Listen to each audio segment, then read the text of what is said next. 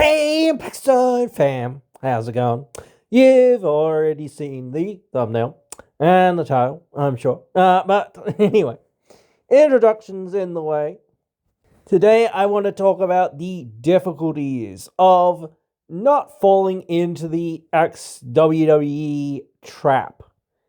Because again, it's so tough and it's so tempting and it's so easy to bring in somebody from WWE. WWE, obviously, they have a lot of reasons, and I'll try to be nice to them in this regard, for releasing people.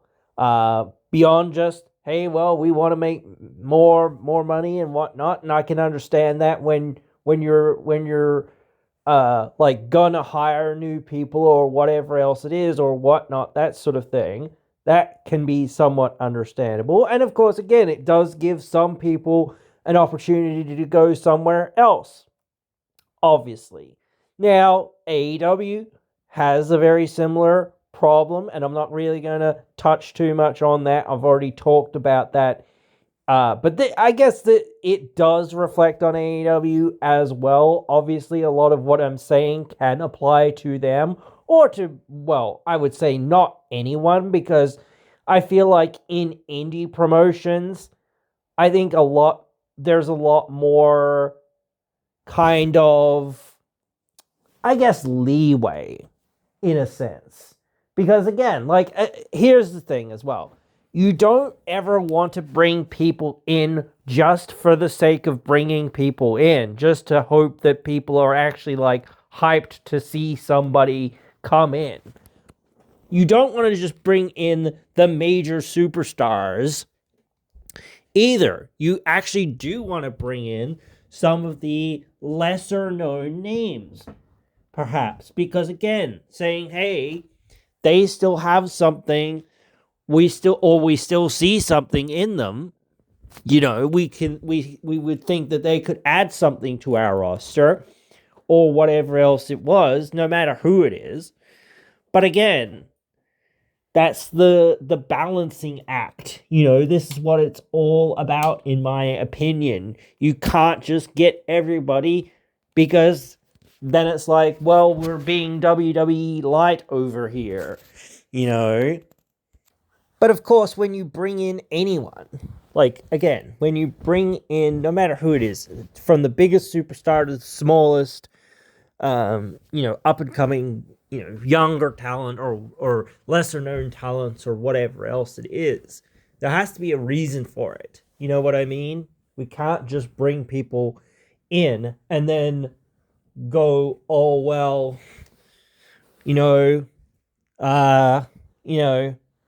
here's something else, shiny new toy, or whatever. If we're bringing somebody in, we have to have plans for them. We have to have at least somewhat plans for them.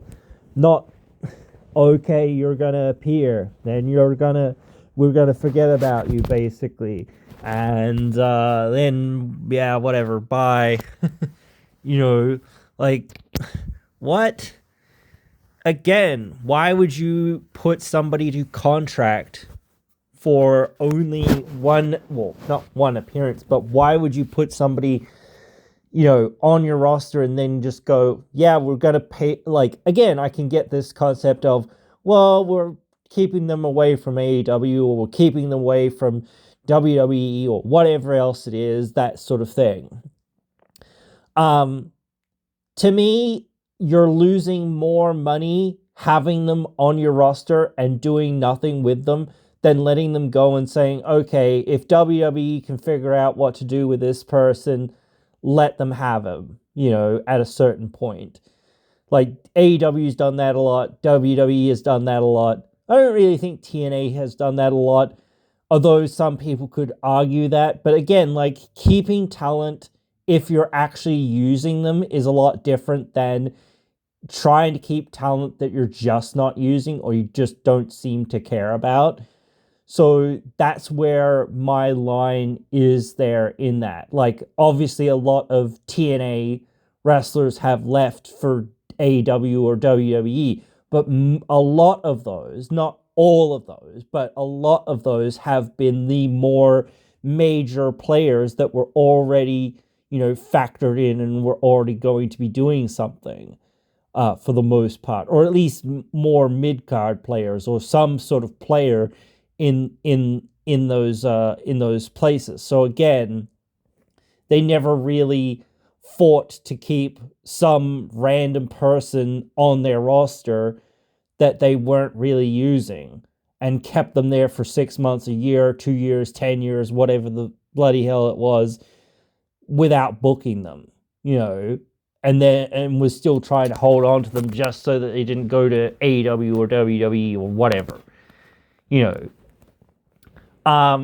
So again, but yeah, if WWE has that perspective of we're going to try to hold on to people for too long, I think that is wrong.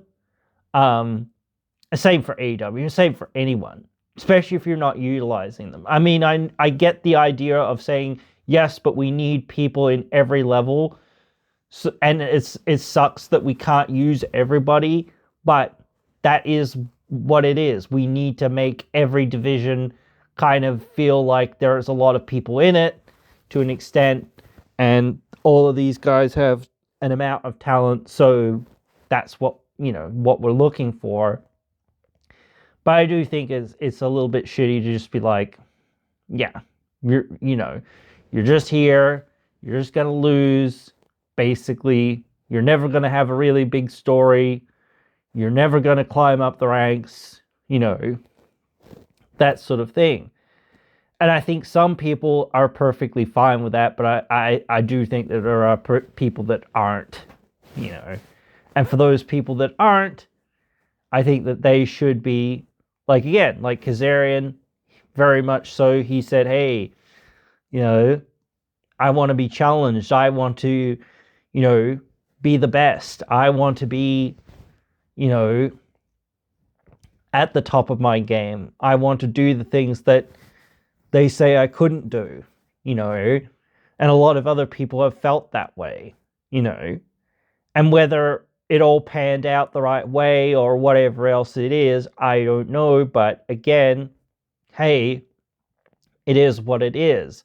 And I think that, I don't know whether he's 100% happy with that, but again, I think he knows where he's at in his role, and it's not to be, the face of the company.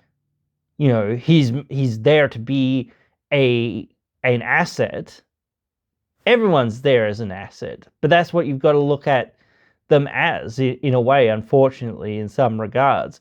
So I can get, perhaps WWE does see a level of asset in some of these people, but obviously not enough to really care about, saying, oh, well, we'll see how we do something more with you, or whatever.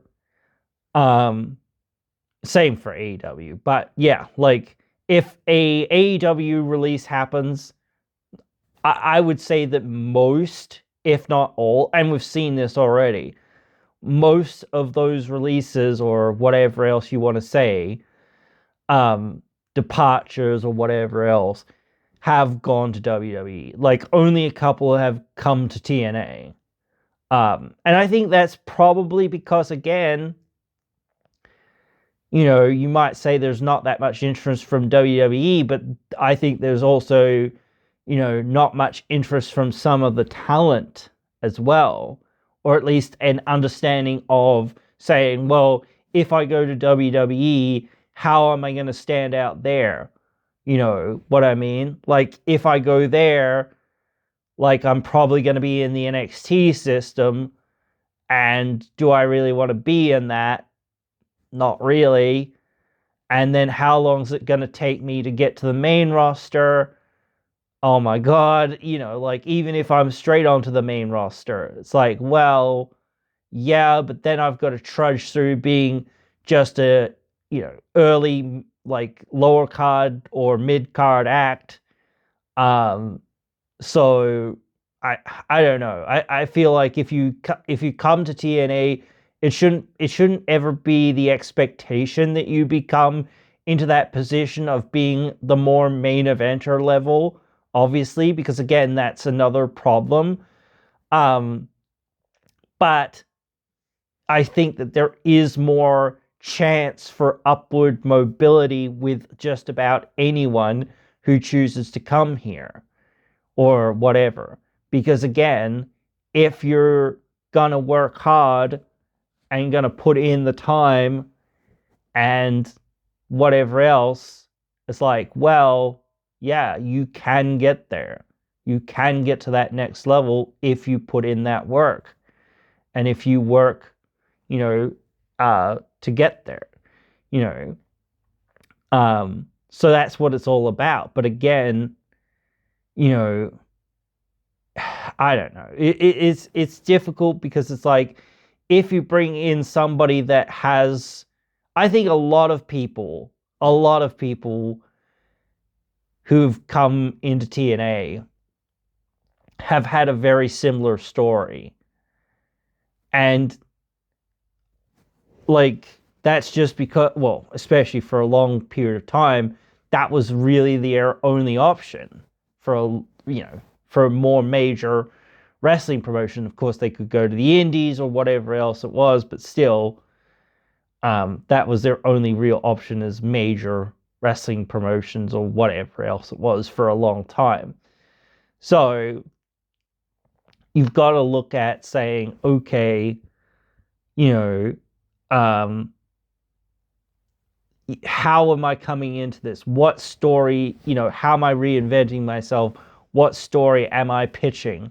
Because like I can come in here and say, hey, I didn't get my just desserts in the last place and they held me down and they held me back and blah, blah, blah, blah.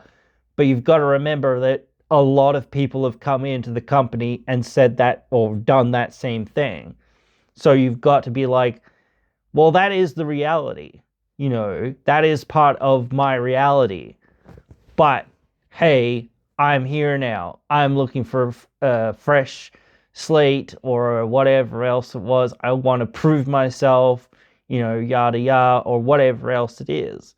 So you've got to have more other things. You've got to be more focused on the other stuff or whatever else it was that now you're going to be. You can't just be like, woe is me, or whatever else it is and things like that. Of course, like, especially if you are a babyface, that is kind of your role to be like, hopefully people are a bit sympathetic to me and people go, damn, bro, Nick Nemeth got screwed over.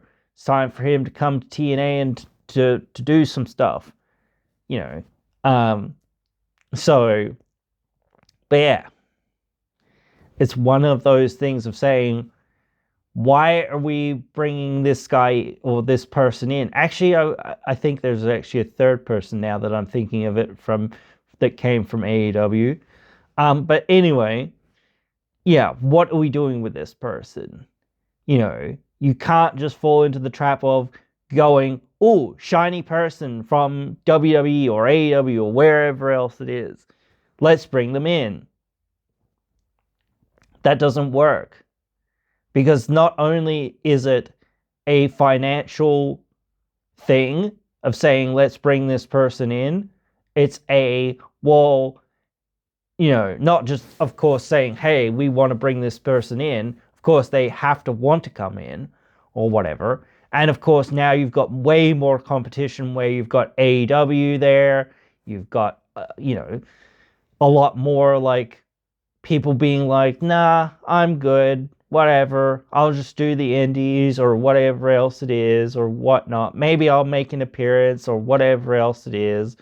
But yeah, I don't really want to do that. I don't want to do this, So, whatever, I don't really care. This is where I'm at. This is what I'm doing. Yada yada. So, yeah. It is what it is. But yeah, but you can't also not think about bringing somebody in.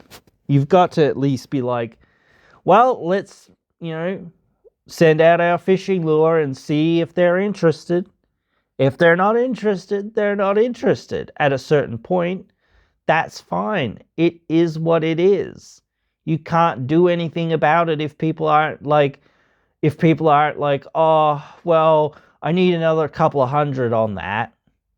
Yeah, but you could make a couple other hundred here or there, wherever, so, and you've got to kind of lower your expectations and things like that, so, or at least to an extent or to a degree, you've got to lower your expectations. So, yeah, it's a very much two-way street of two parties coming together and like whatever the signership happening, because like indie, I don't think many people like I do think people kind of remember that she was in WWE for a hot minute and did some stuff and whatever else it was, but I do think that people kind of forget that she was in WWE. Kind of. I think like there was a lot. There's been a lot of people that sort of fit into that. Like, oh yeah, they were in WWE, but like, can you ever remember anything really that they kind of did? They were kind of there. Maybe they did this one thing that one time. Yeah, that's maybe about it. Like. And not to say that she's done anything super duper memorable all that much in TNA yet. I mean, we remember that she had that match at Bound for Glory, like, oh, what? She had that big match against Tessa, and then she had that big match. Yeah, that was Slammiversary, wasn't it? Yeah, and then she had the big Bound for Glory match. And that was just a train wreck of issues. I think in some ways what they kind of perhaps should have done was have the title be like vacant until Bound for Glory, and then Kalani Jordan perhaps winning it at Bound for Glory or something like that, like in a tournament. I don't know. So, and then Indy being the other half of that finals tournament or whatever else it was, that sort of thing. That would be what I perhaps would have done, because I think that would have made it better. I don't know. But then again, like, they were taking Kalani Jordan away like 2 days later or whatever bloody was, or whatever it was, I don't know, and doing all this other stuff and whatever else it was. So I don't know. But still, I still think that would have been a better way to do it, I think. I don't know. But yeah, anyway, yeah, you can't just, like, think about bringing somebody in who's got no name and no potential, realistically, because, or unless you're like, okay, you've been nobody, nowhere, no how, no one's going to remember that you probably were even in WWE or AEW or wherever it was. You were just like there, really just there. You were really enhancement level person, basically. So, but now we've actually got to, form something for you. Who are you, or who can we make you be, and how can we market that? How can we get people to tune in to see what you're going to do on a weekly basis, or on a pay-per-view level basis or whatever? Because that's what it's all about. If you have major superstars, people are going to be like, oh, cool, they have Kurt Angle. They have this person. They have that person. Yada, yada. That's really cool. Perhaps I will tune in and see Kurt Angle and Sting and Scott Steiner and this person and that person. But they don't just have the old school stars. They have their new crop of talent that are coming up and fighting those stars. You have your Samoa Joes and so on and so forth, and your AJ Styles and da da da da da da, whatever else it is. But again, you know, you can't just, ignore that people are out there. But you can't just be like too desperate and overly reliant on bringing in the ex WWE guys, because if you can't make your guys big enough, bad enough to draw audiences without those WWE guys, then you don't know what you're doing. If you're just relying on maybe the nostalgia of some or whatever, or the talent of some, or some to be like, oh, let's, like, obviously if it's smaller time wrestlers or whatever that people barely remember were there. Like AJ was in WWE, people barely, like, before he came to TNA, but he was only there for a hot cup of tea, and people barely remember that he was there. He was only there for some like tryout matches or something else or whatever else it was. But he never got in, because I think, like, again, Vince was like, I've got 1,000,000 cruiserweights or whatever else it is. I don't need another one or whatever. Or even if I do, so what? Like, whatever. I think he was very dismissive of that stuff anyway, as we know. But again, I think he was very like, whatever. Like, he was much more focused on the beefcake or whatever else it was, or some other things maybe at that time. I don't know. I don't want to implicate anything, but again, let's just not talk too much about it. But again, like, that's the sort of thing that we know, about him. At least, he didn't like a lot of smaller wrestlers and that sort of thing. He liked his big, muscly bulksters, and that's what he liked, So, and yeah, like, again, that wasn't what AJ was about, pretty much ever. So, but yeah, you've got to see guys, gals, even like Christopher Daniels. I think he was in WWE for like a hot minute. There's been a lot of people like that were in WWE for a hot minute, that were like, people completely forget that they were, like, same with ECW. There was a lot of people that,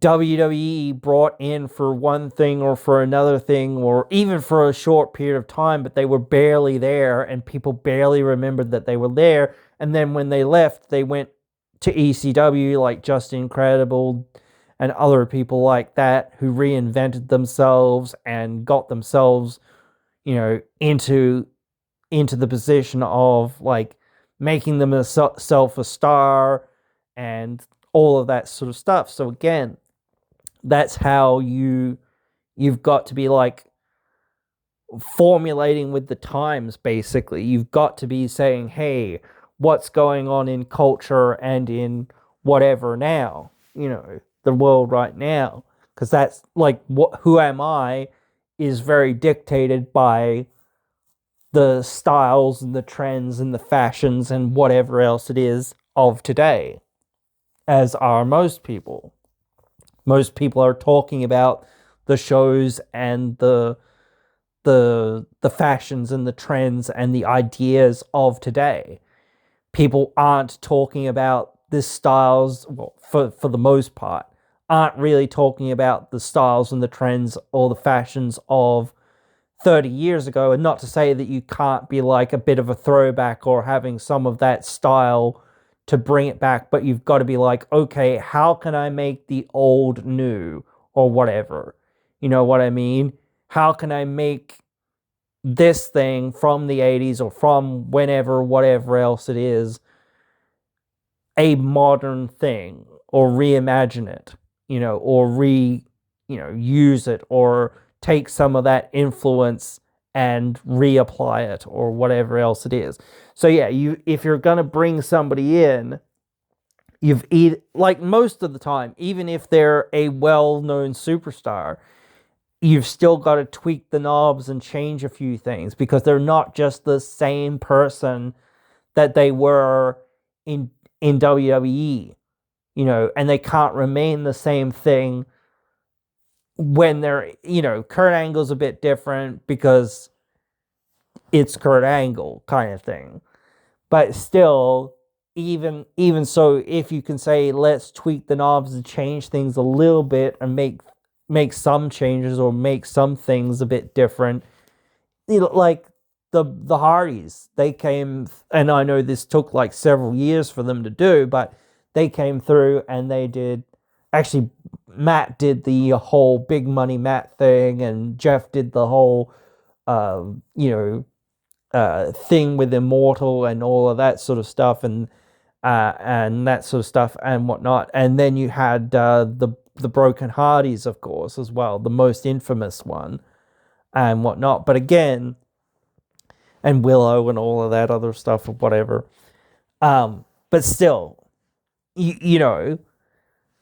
that took a while to sort of come together and to do something. But reinvention of a star isn't bad, but it is something that you should be like considering, but it has to be done in a certain way or whatever. It has to, it has to form naturally because of the fans, the environment, whatever else it is that you put them in, the story that you effectively put them in.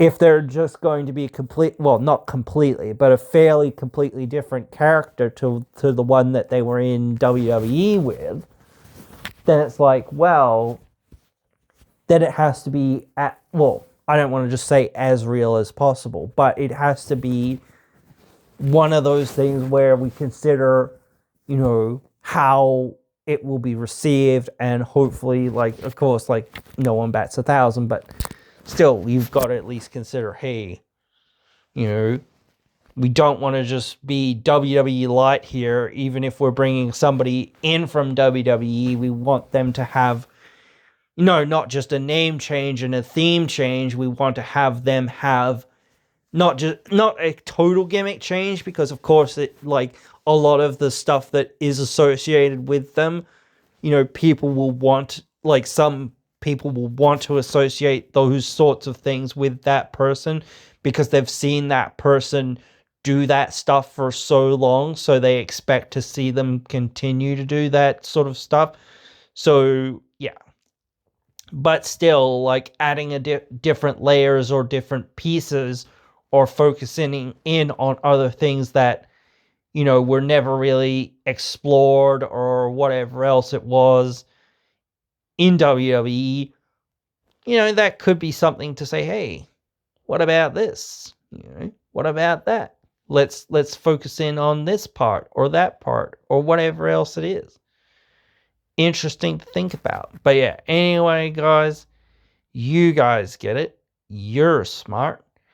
And I know you're all, well, at least I hope you're all doing well. And I hope you will all be doing well up until you can join me again in another one.